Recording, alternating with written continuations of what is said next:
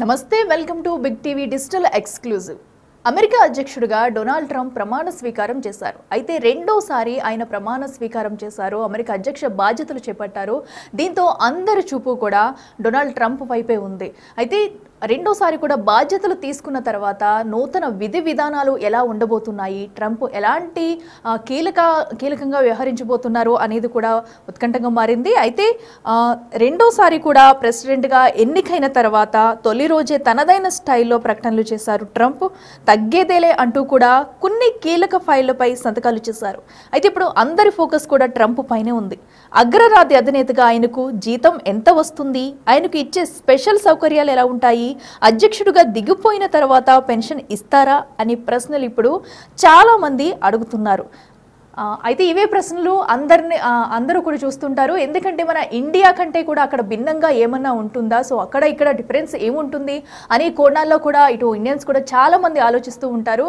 అయితే ముఖ్యంగా చూసుకున్నట్టయితే ట్రంప్ జీతం విషయానికి వస్తే కనుక ప్రస్తుతం ఆయన జీతం చూస్తే అమెరికా అధ్యక్షుడిగా కూడా ఆయనకు ఏడాదికి $4 లక్షల, అంటే మన భారతీయ కరెన్సీలో దాదాపుగా 3,36,00,000 సాలరీ పొందుతారనమాట. సో ఆయన ఇంత సాలరీ తీసుకుని ఉన్నారు. అంటే నెలకు దాదాపు 3 లక్షలకు పైగా కూడా వేతనం తీసుకుంటారు ఆయన. దీంతో పాటు విధి నిర్వహణకు వీలుగా మరో $50,000 అందుకుంటారు. శ్వేత సౌధంలో ప్రమాణ స్వీకార ఏర్పాట్లు, మరమ్మతులు, వైట్ హౌస్ను తన స్టైల్లో మార్చుకునేందుకు వీలుగా ఒక్కసారి మాత్రమే $1,00,000 అంటే $84 లక్షల కేటాయిస్తారంట. సో ప్రమాణ ఖర్చుల కోసం $1,00,000, వినోదం కోసం $19,000 అందుతున్నట్లు కూడా తెలుస్తుంది. సో ఇంత పెద్ద మొత్తంలో కూడా ఖర్చు చేసి అటు ప్రమాణ స్వీకారానికి కానివ్వండి, ఇటు వినోదాలకు కూడా సో ఇంత మొత్తంలో కూడా ఖర్చు చేశారు ట్రంప్ అయితే ఇప్పటి వరకు. అయితే అమెరికా తొలి అధ్యక్షుడు జార్జ్ వాషింగ్టన్ జీతం $2,000 ఉండేది. 2001లో చివరిసారిగా అధ్యక్షుడి జీతం పెరిగింది. అప్పటి నుంచి కూడా 23 ఏళ్లుగా పెరగకుండా $4 లక్షల కొనసాగుతుంది. అయితే అమెరికా అధ్యక్షుడి అధికారిక నివాసం వైట్ హౌస్ కాకుండా బ్లెయిర్ హౌస్ అనే గెస్ట్ హౌస్ ఉంటుంది. అయితే ఇది వైట్ హౌస్ కంటే పెద్దదనమాట. సో ఇందులో స్పెషాలిటీ ఏంటంటే ఇందులో 119 రూమ్స్, గెస్ట్ల కోసం ఏకంగా 20 బెడ్రూమ్లు, 35 బాత్రూమ్లు, 4 డైనింగ్ హాల్స్, జిమ్, సెలూన్ కూడా ఉంటాయంట. సో ఇంత పెద్దగా ఉండేది ఈ హౌస్ అనమాట. సో దీనిలో కూడా అన్ని చాలా స్పెషాలిటీగా ఉన్న 119 రూమ్స్ అంటే సో ఎంత పెద్దగా ఉంటుందనేది కూడా మనం ఒక్కసారి ఊహించుకోవచ్చు. సో ఇంత పెద్ద మొత్తంలో కూడా ఇంత భారీ హౌస్లో కూడా సకల సౌకర్యాలు నిర్మిస్తూ కూడా ప్రతిదీ వాళ్ళకి అందేలా చూస్తారు.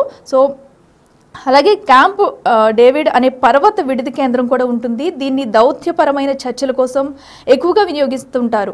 18 ఎకరాల విస్తీర్ణంలో ఉండే వైట్ హౌస్లో వంట, ఇతర పనుల కోసం 100 మంది సహాయకులు ఉంటారు.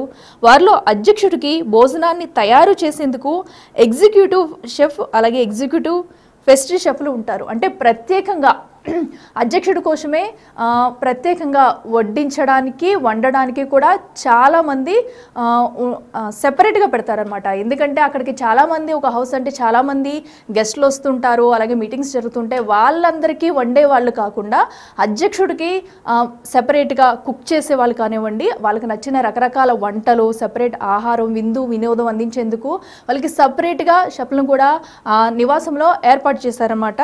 సో నెక్స్ట్ చూసుకుంటే అమెరికా అధ్యక్షుడు ఎక్కడికి వెళ్ళాలన్నా కూడా అత్యంత విలాసవంతమైన, అత్యున్నత భద్రతతో కూడిన ఎయిర్ ఫోర్స్ 1 విమానం ఉంటుంది. దీంతోపాటు భారీ పేలుళ్లను తట్టుకునే మైరన్ 1 హెలికాప్టర్ ఉంటుంది. ఒకేలాంటివి 5 హెలికాప్టర్లు ఉంటాయి. అధ్యక్షుడు ఎందులో ఉన్నాడో శత్రువులకు తెలియకుండా చేయడం కోసం వీటిని వాడతారనమాట.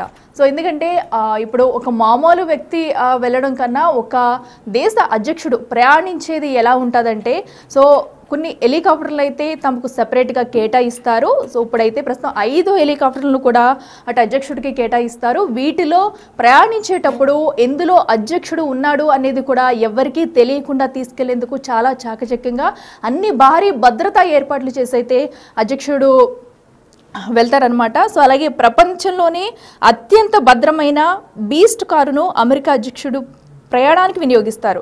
అధ్యక్షుడు ఏ దేశానికి వెళ్ళినా బీస్ట్ అక్కడికి తీసుకెళ్తారు. అమెరికా అధ్యక్షుడితో పాటు ఆయన కుటుంబ సభ్యులకు కూడా ఉచిత వైద్యం అందుతుంది. ప్రపంచంలోనే అత్యుత్తమ వైద్య సేవలు అందిస్తారు.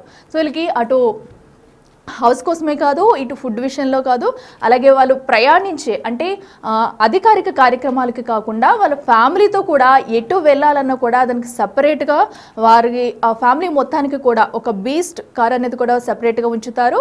అలాగే వారికి వైద్య సహాయం కూడా ఉచితంగా వైద్యం కూడా అందిస్తారు. సపరేట్ వైద్య పరీక్షలు చేయడానికి అధ్యక్షుడితో పాటు ఇంట్లో కుటుంబం మొత్తానికి కూడా వైద్య సేవలు చేయడానికి కూడా ఒక సెపరేట్ డాక్టర్స్ అనేది ఉంటారు. సో సెపరేట్గా వైద్యం అందిస్తారు. అలాగే ప్రయాణించడానికి కూడా సెపరేట్ కార్ అనేది కూడా వాళ్ళకి కేటాయిస్తారు. సో అలాగే అమెరికా అధ్యక్షుడిగా పనిచేసి పదవీ విరమణ పొందిన తర్వాత కూడా ఇతర ప్రయోజనాలు పొందే వీలుంటుంది. అయితే ఇప్పుడు చూసుకున్నట్టయితే మాజీ అధ్యక్షుడికి $2.30 లక్షల అంటే 1.93 కోట్ల వార్షిక పెన్షన్ అందుతుంది. ప్రయాణ భత్యాలు, కోరుకున్న చోట నివాసం, సిబ్బంది వంటి సదుపాయాలు కూడా అందుతాయి.